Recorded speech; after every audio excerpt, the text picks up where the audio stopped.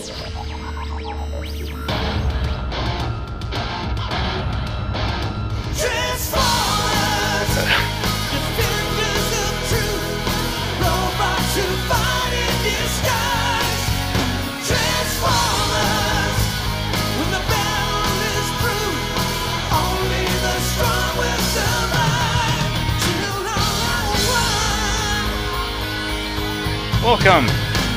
to the credit video for Let's Play Transformers War for Cybertron.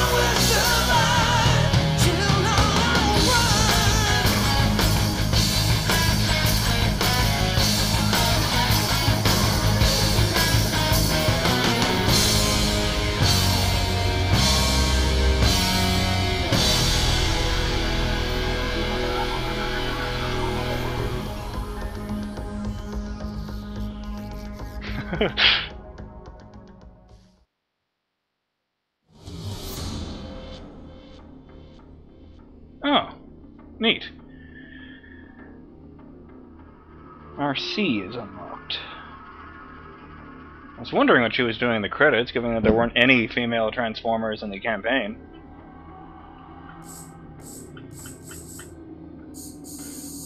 Well, there you go. I'm BurningDogFace, and as I said, this has been Let's Play Transformers War for Cybertron. That was a pretty awesome credit sequence, I gotta say.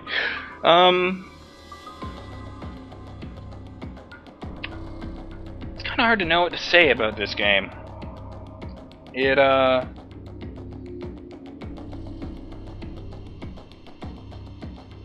Well, I think the most important thing to say is that,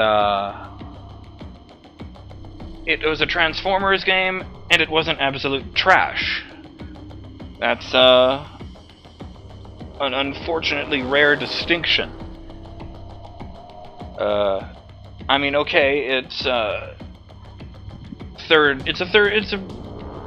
decent third-person shooter, but, you know, it's not going to be replacing the big guns online like Call of Duty, Halo, or Gears of War anytime soon. And the storyline wasn't a whole lot to write about, but, you know, one, let's be fair, Transformers has never been known for intricately plotted storylines, and two, shooters are never really known for having, you know, Oscar-worthy material in their scripts either. All in all, I really liked it. The weapons had a lot of variety to them, and though there were a few I didn't really like, I never really found a use for the mortar cannon at all.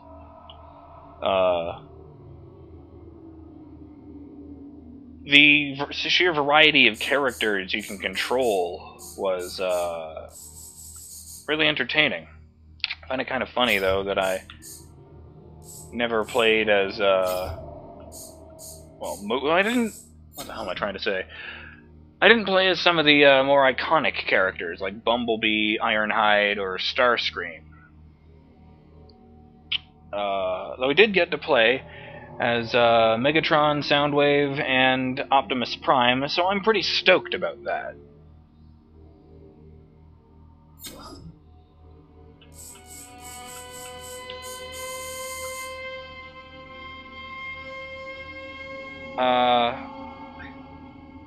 I thought, though, that it could have used a bit more variety in the Transformers they picked.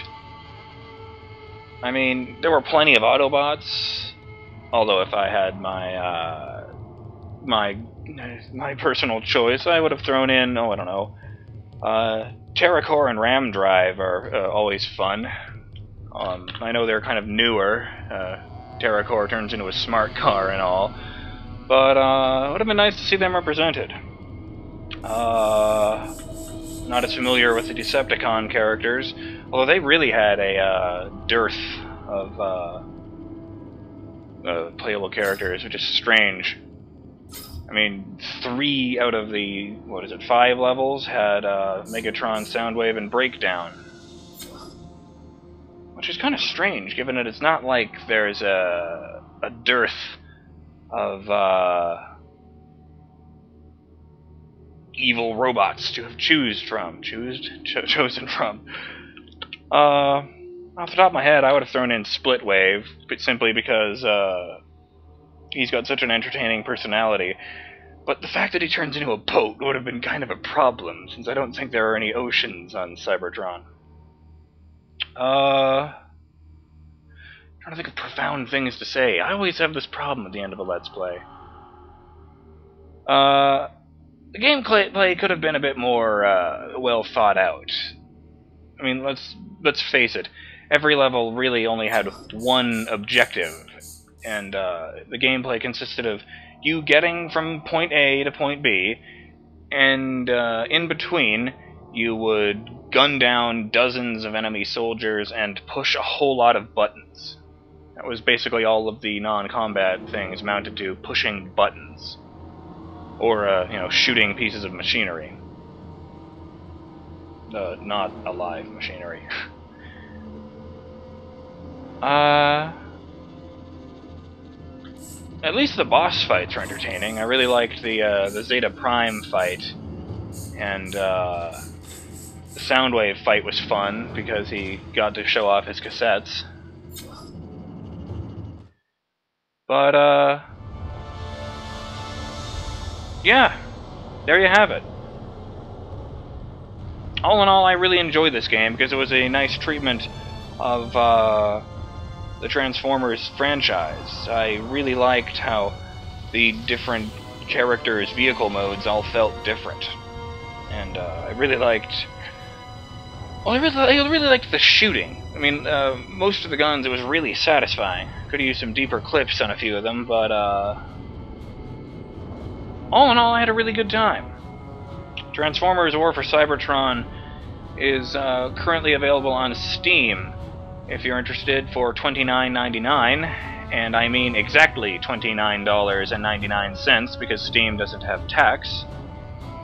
I got it for, I don't remember what, it was cheaper than that. They put it on a one-day sale to celebrate Transformers Dark of the Moon coming out on DVD back in September, and I picked it up then.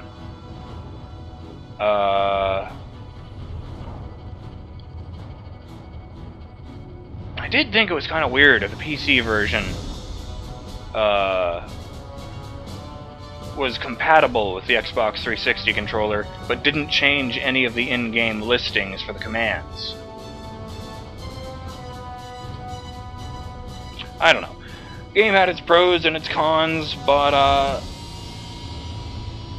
other than the ridiculous amount of damage that Trypticon did in the last boss fight, I felt like I had a good time all the way through. I think I've covered everything. The gameplay, the variety of the characters, or lack thereof, depending on which faction you're talking about. Throwing in Nolan North is always a good point. It's also got, the standard array of multiplayer modes, and this escalation mode, which is Well, it's the basic survival mode. You and a bunch of friends fight wave after wave of opposite faction enemies.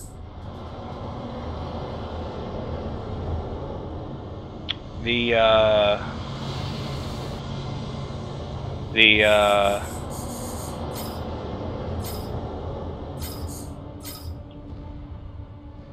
wanted to briefly show this. I'm not actually going to go into multiplayer mode, probably because no one's playing it anymore on the PC.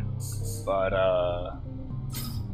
you can play as each of the different classes in the game: Scout, Scientist, Soldier, and Leader. They have different amounts of health in multiplayer mode. I thought it was neat. With Scientist having very little, and Soldier having a lot. You can even pick what you want your character to look like in each faction. Oh, there's a RC. That's not a motorcycle.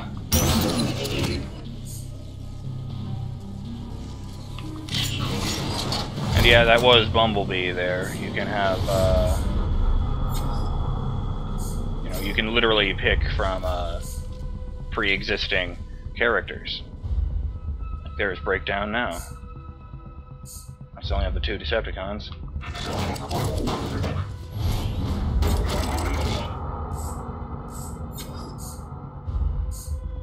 So yeah, there's kind of a lot of stuff in here. It's just a shame that it's probably not going to be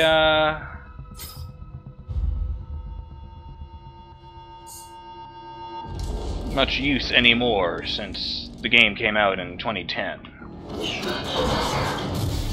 He looks weird in green.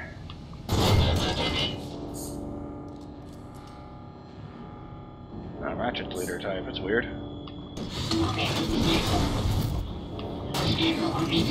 In any event, I've been jawing enough. So,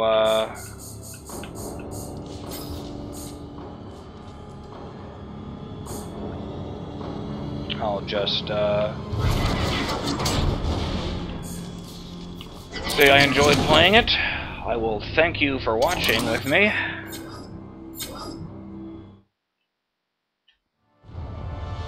And I'll sign off. I'm BurningDogFace. This has been Let's Play Transformers War for Cybertron. And I hope you'll join me on whatever my next video series is. Till all are one.